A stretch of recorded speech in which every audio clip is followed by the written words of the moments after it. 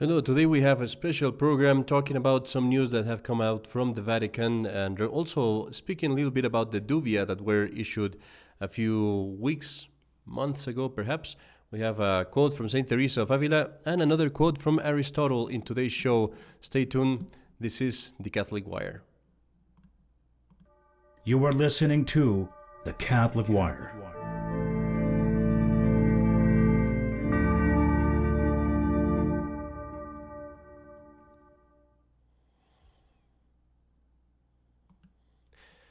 Hello and welcome back to the Catholic Wire. This is your host, Father Carlos Cepeda. I guess we have decided that we're going to do one show every year. So that is kind of our setting that we have right now. We've been really busy working on some special projects. Say a prayer for those projects so that we can finish them if they are the will of God. If not, so that at least we grow in humility by not being able to finish them. Okay, today we have a special program. We need to talk about a topic that is sad. It's very important to speak of it, but it's relevant. It clears things a lot, I think, for most people. However, we know that in this program, we usually try to do positive things as well. We try to do something that is going to make our day better as well. And so we're going to start with a little bit of natural philosophy, natural wisdom, you could say. This is a quote from Aristotle.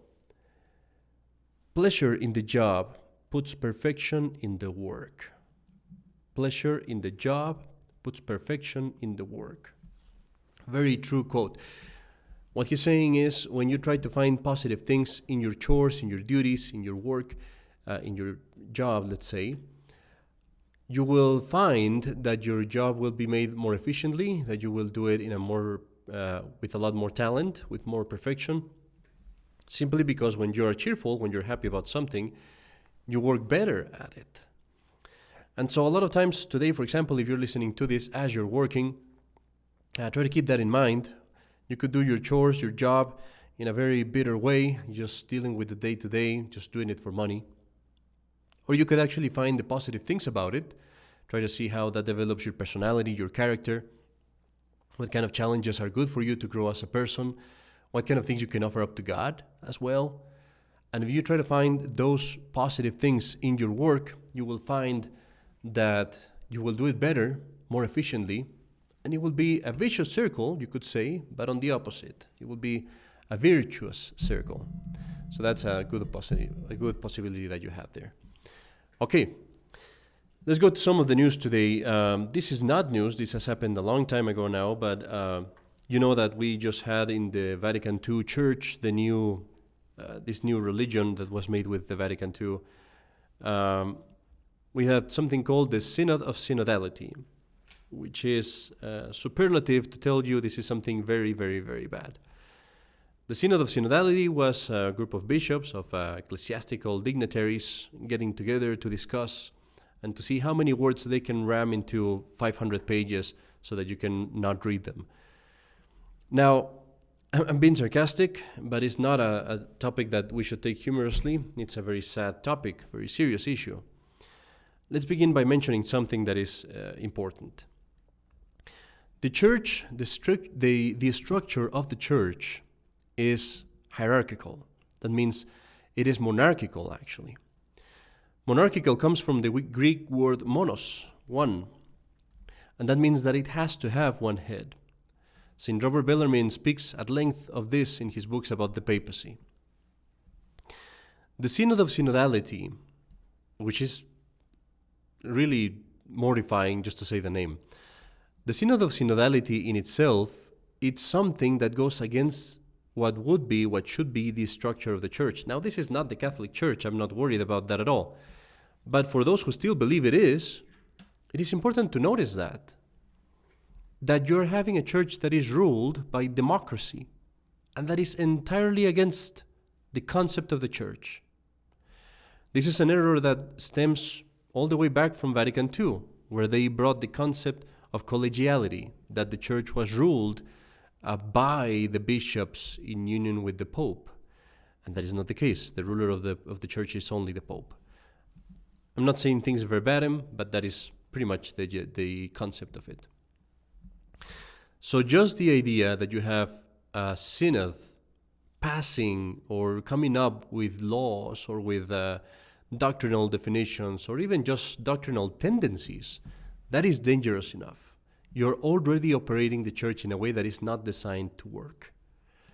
It is very different to have a pope that is an authority that is helped, aided by congregations, even by councils, than to have a pope that says, okay, I'm going to submit to what the synod says. Why is this dangerous to you? It might seem like I'm just, finding straws, but why is this dangerous? It has long been a tactic of the communists and of all tyrannical governments to create bureaucracies that implement changes, tyrannical changes, by an authority that has no face, no personality, no one to go to. It's the blob, that you could say. And so, for example, if you have one person that is imposing to you evil laws or tyrannical laws, it would be very easy for you to retort, to retaliate, to stop it. But if you have a bureaucracy where you don't know who is in charge, where there's just a group of people, where everyone can blame each other and no one is to blame, then it is impossible for you to resist. That's why, for the longest time, the communist governments, this is how they change their systems in order to oppress the people and bring tyranny on them. And this is what's happening in the church right now, that is ruled by a communist mafia, basically.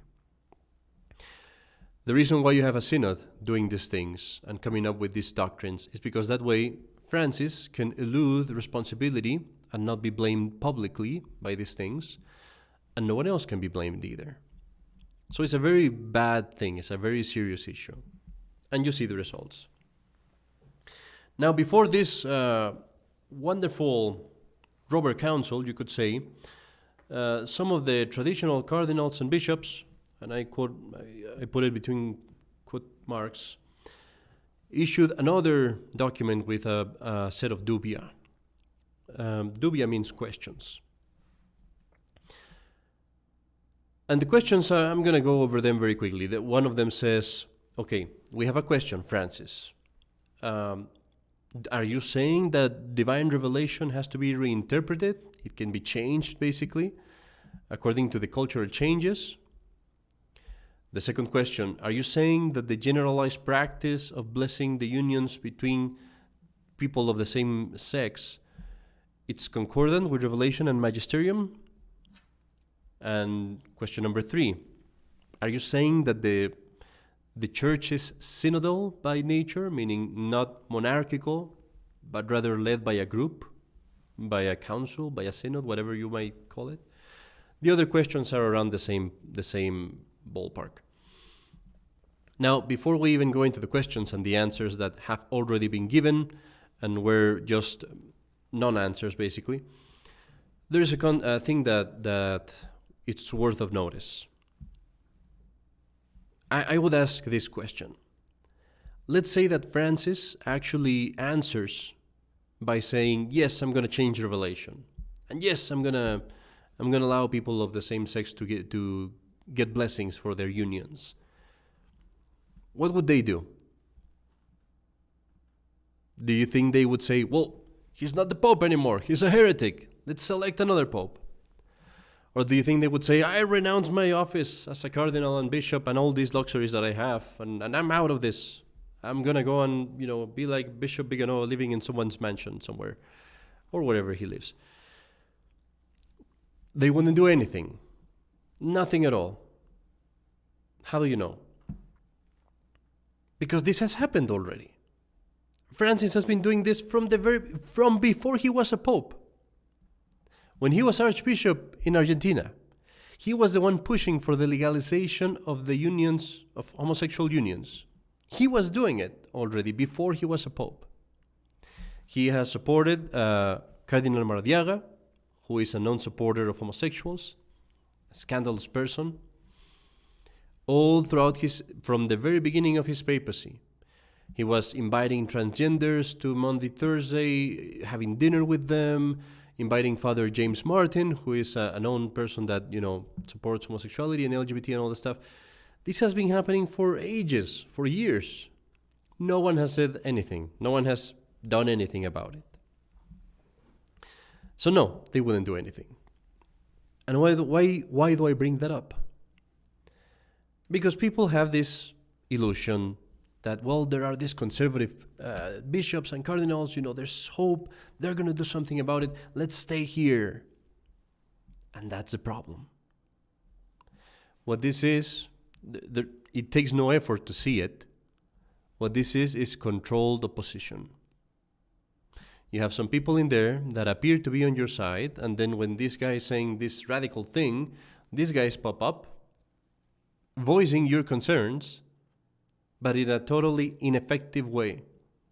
It's what you see in the conservative parties here, in Mexico, everywhere, also in the church. It's a controlled opposition. I've said this before, I will say it again, many times probably.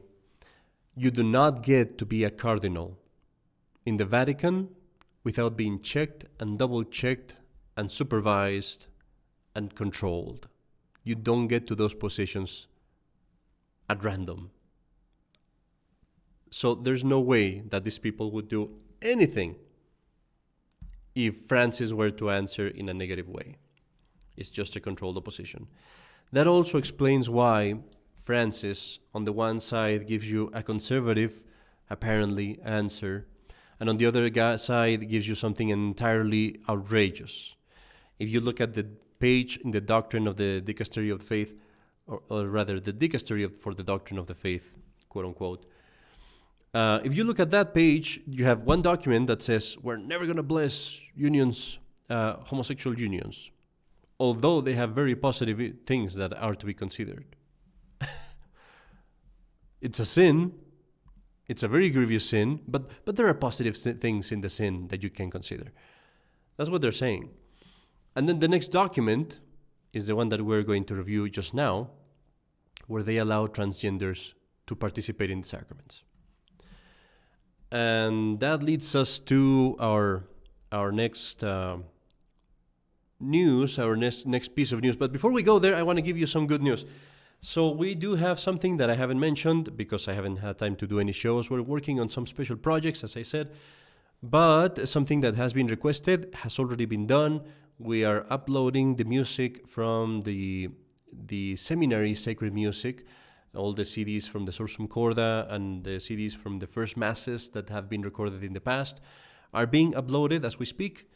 As we speak, in these weeks and days. But so we have right now, if you look up Mater Dei Seminary in YouTube, it will be a little bit hard to find, but it's there. You have all the music that we are uploading. You can also find it on Amazon. It's ready for purchase in there, and in Apple Music and Spotify. And so you will find there, especially the CD of the First Mass from 2020. This includes my First Mass, the First Mass of Father Weissensteiner and of Father Maguire. And you find in there some very beautiful pieces. One of them that I was asked about very much was the Sanctus and the Benedictus of that First Mass. So you can find them now. You can find them on Spotify, YouTube, Apple Music, and support it. When you listen to them through those means, it's actually supporting the church. Every time that you listen to them in Spotify or Apple Music, I'm sure that there is a commission that is gained. So, that always helps. But it's there, it's available, and that's great news. We're uploading more as we progress in this project. Okay, let's go to the next piece of news. This is recent, from 3 days ago. A bishop from Brazil sent another document asking a number of questions regarding transsexuals, or rather, trans people, I should say. Before we go into this topic, I think that there is something that is very important to make note of. As a Catholic, you don't hate a transsexual person or a transgender, or you don't say transsexuals anymore, but we don't hate transgenders or homosexuals or anything like that. You don't. Personally, one has nothing against anybody like that. Because it's sin, yes, but we're all sinners. So personally, there's nothing wrong in or rather, personally, we hold no grudges against anybody. Now, there is a big difference, however, between a personal sin and what is preaching of sin, promoting sin, causing other people to accept it or to commit it, or even worse, demanding that you accept it and you celebrate it. The second set of things that I mentioned is what we call scandal, and that's very different. It's not the same to commit a sin privately, we all do, than to preach sin and teach it. That is evil. That is scandal. That is causing harm to other people. And that we have the duty to stop it, to not accept it, to not agree to it at all. That is what we're talking about when we are speaking about the whole LGBT agenda. Because the LGBT agenda wants you to accept sin, participate in it, and celebrate it. And that's what we oppose, the doctrine. No one hates the people or the person in particular. You oppose, and fiercely, you oppose the doctrine. Because the doctrine is harmful. It hurts people. It causes damage, the most serious damage that there can be, spiritual damage. Having said that, let's go to the questions that were asked to Francis. Question number 1. Can a transgender person be baptized? The answer is in the document from the Vatican, 6 paragraphs. I would limit myself to say no. Question number 2. Can a transgender person be a godfather or godmother in baptism? Same answer, no. Can a transgender be a witness in a matrimony? This one is a little bit more complicated. We will speak of that. Can a homosexual person figurate or function as the parent of a child that is going to be baptized? In other words, can we baptize a child that 2 homosexuals living together bring? And can a homosexual person be a godfather for a baptism? Or a witness? That's the 6th question. A witness in matrimony. Okay, there are several things here that are worth mentioning. The first thing that is worth mentioning is that the answers are long, confusing, ambiguous. In other words, they are perfectly fitting with Vatican II. Okay, let's make a few distinctions here. We're speaking of witness in matrimony and baptism, and there are some distinctions here. In the matters that they mention in baptism, the person that is involved in this way in baptism is involved sacramentally. So, for example, when I'm a godfather or godmother in baptism, I actually acquire a certain relationship with that person. Now, in Vatican II, they have abrogated that supposedly. But the point is that there are duties that I receive as a godfather or a godmother. When I receive the baptism, there is a sacramental issue there. Being a witness of matrimony is almost just a legal aspect in it. You don't even have to be Catholic to be a witness in a matrimony. That's all you're doing, being a witness. So theoretically, yes, it shouldn't matter whatever you are or whoever you are. In theory. Where is the problem? Well, if you bring a person to be a witness in a matrimony, they're participating in the ceremony, they have to enter the church, you're obviously giving them some recognition as a person that you accept in your circle, in your family. In other words, a person that you think is okay to be related to you and to be with you. And in any case of scandal, we should not do that. Let me give you an example to illustrate it. Let's say that I'm a priest and that in the church enters a person with notorious satanic insignia. You know, a shirt with the 5 stars and a 666 on the forehead and all kinds of stuff like that.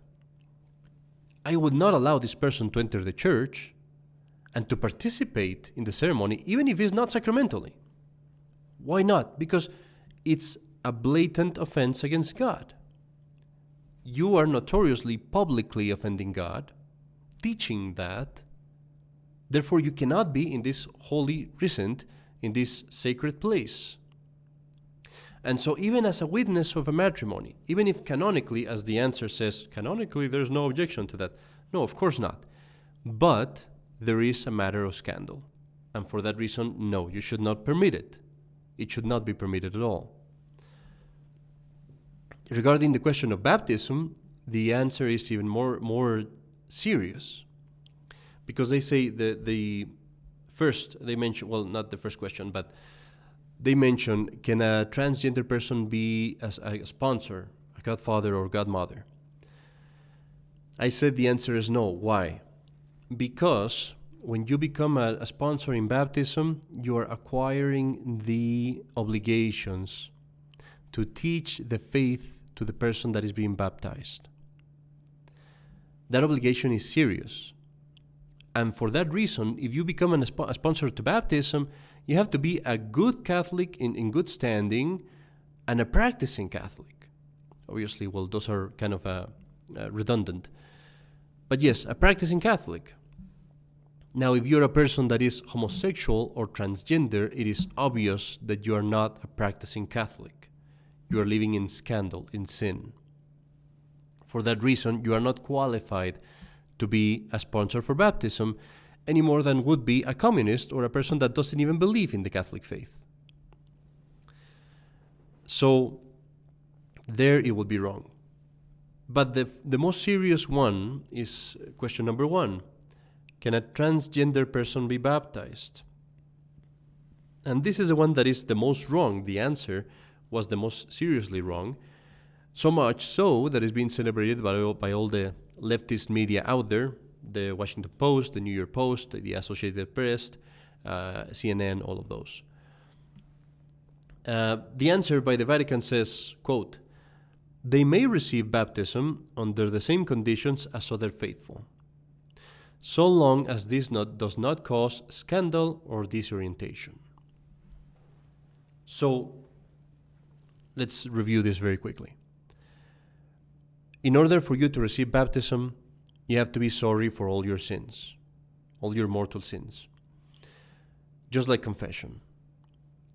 If you are not sorry for your mortal sins, for your serious and grievous sins, knowingly, and you receive baptism, you are committing a sin, a sacrilege.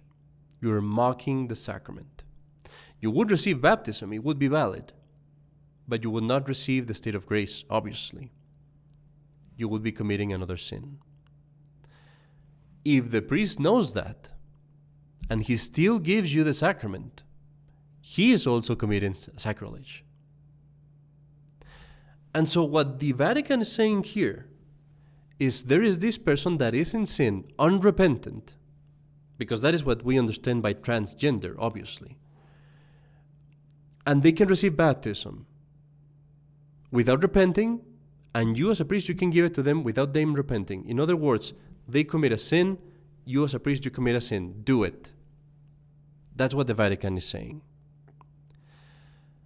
You see here the monstrosity, which is not new. It's been happening for decades, that the Vatican sends out notices and transcripts. The Code of Canon Law promulgated by John Paul II had things like this that basically promoted sin of sacrilege too. So it's not new, but you see how it is. Now, here's the ridiculous thing, the absurd and stupid thing. It says, you can do this as long as there is no scandal or disorientation. We, the Vatican, we're sending a notice that everyone in the world is going to see, that all the news outlets are going to see. And trust me, the Washington Post is not monitoring the Vatican, okay? This is something that was informed to people. Everyone else is going to see it, but you make sure that you're secret when you do it. Don't let anyone fall into scandal. I'm telling everyone that they can do it, but you don't cause any scandal. It's insane, it's absurd, it's stupid. And I don't say this with any sarcasm whatsoever. It's a monstrous thing that these people are causing other people to sin, that they're causing scandal like that. So I think what's very important for us to consider 2 points before we go. One is this. This is just another step in the process that is certainly going to happen of the Vatican approving transgenderism and the whole LGBT agenda. It's going to happen one way or another. I'm firmly convinced of that. I might be wrong, but I think I would bet on it. Why is it not happening all of a sudden? Why is it going slow? The reason for this is, as I will mention in the sermon this Sunday, is that that's the strategy. It was written in a book in 1989, a book called After the Ball, written by 2 homosexuals. One of them was a marketing strategist. And they said the strategy has 3 steps. The first one is desensitizing. The second one is bombarding people with propaganda. The third one is conversion. Make them not only accepted but celebrated. The Vatican knows this strategy. These people in this mafia know it. And so they're following it. And what they're doing right now is, yes, they give you a little bit of conservatism, but at the same time, they desensitize you. It's not so evil, it's not so bad, as it says right there in the document from the dicastery. There are positive things about the unions of same-sex people. So this is a process. We're on that process. The world is ahead. The world is already in the conversion stage. The Vatican II Church, notice I don't say the Catholic Church, the Vatican II Church is going slower, but it's going on the same process. It's in that same train, it's just a few cars behind. The other thing that I would like to mention is this. This is obviously a topic that is going to be a stumbling block for many people. It's going to be the defining factor to see who is going to stay in the Catholic Church and who is not. But it's not the most serious thing that has happened in Vatican II. Not by far. It is very scandalous, it is disgusting, it is more notorious. But the most serious thing has happened already a long time ago, back in the 60s. It's apostasy, heresy, and idolatry, which happened in the 80s, in the 2000s, and now again. Idolatry and apostasy and heresy are way worse than sins against the 6th commandment. This is notorious. Yes, this affects everyone. Yes, and that's why it's going to be a defining factor. But we have to understand, when we look at these conservative cardinals and bishops that are fighting Francis over these things, they should have opened their mouths a long time ago. When there were idols in the Vatican, that's when they should have opened their mouths. That is way more serious. Way more serious than this. And so what does that leave us with? A very quick, simple conclusion. These organisms that are promoting sin, this hierarchy that is promoting sin, cannot be instituted by God. It cannot be the true authority instituted by God. They are usurpers. They cannot be the true pope, the true bishops, the true cardinals. They cannot be the true Catholic Church. Where is the Catholic Church? It's still there. It's always going to be there till the end of time. It's going to be in the bishops that are faithful, in the priests that are faithful, even if there are a few, even if they are very few. But they will always be there. That's where the church is. That's the only place where the church can be. It cannot be that the authority instituted by God is teaching us and leading us all into error, into immorality, into hell ultimately. That cannot be. So my dear friends, as we finish, all this should leave us with this notion that is very important. We are living in times where Catholics will be tried in their faith, in their morality, in their fidelity and perseverance. And therefore, we have a serious I would say duty, but I'd rather say necessity, to be very faithful to our faith, very moral in our behavior, very devout in our prayers, and perseverant in them. Make no mistake, this is persecution. It's moral persecution, is religious persecution, strictly religious, not political, but it is persecution. You're being made a minority. You're being shunned. The true Catholic doctrine is being shushed. That is persecution. And we have to face it as Catholics have faced persecution all the time in the past. By prayer, by penance, by perseverance, by charity as well. So let's try to keep that intention and that strong conviction in our heart to take advantage of these things in order to sanctify ourselves. Now, I want to finish today because poor Father, the priest that lives here with me, he's a couple rooms ahead, and it's 11:17 p.m. and I bet the poor man is trying to sleep, and I'm not letting him. So let's finish with a quote from Saint Teresa of Avila. She said, "Let us try to see always the virtues and good things in others, and to cover their defects with our great sins. Have everyone by better than you." I know that I'm not going to get many comments, vicious comments about my theories, or rather my positions regarding Francis. But so let's skip that and let's go straight into this quote. It is so useful in your personal life to try to forget of the sins and defects of others. I'll have to make this note: personal sins. Because someone might say to me, well, why don't you do the same way with Francis and all these people? No. Personal sins I don't have a problem with. If anybody like Francis or any other cardinal or whatever commits personal sins, who doesn't have them? I have them. Everybody has them. The problem is that they're not committing personal sins. We're talking about doctrines. They're preaching sin. But in your daily life, when you're not talking about doctrine, when people around you commit sins, they have defects, even very serious ones, the best thing you can do is forget about them as much as you can. Granted, sometimes you have to suffer very serious things. Sometimes there's people that are very insistent in their sins, in their problems. We'll deal with that day by day. But don't keep in mind the things from the past. Always try to forget them. Always try to deal with them as if it was a brand new day today and you just met them. If you do this, you will have a lot of peace.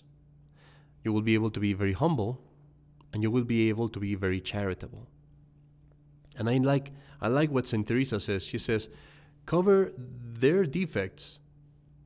It's interesting that she doesn't say, cover their sins with your sins. She says, cover their defects.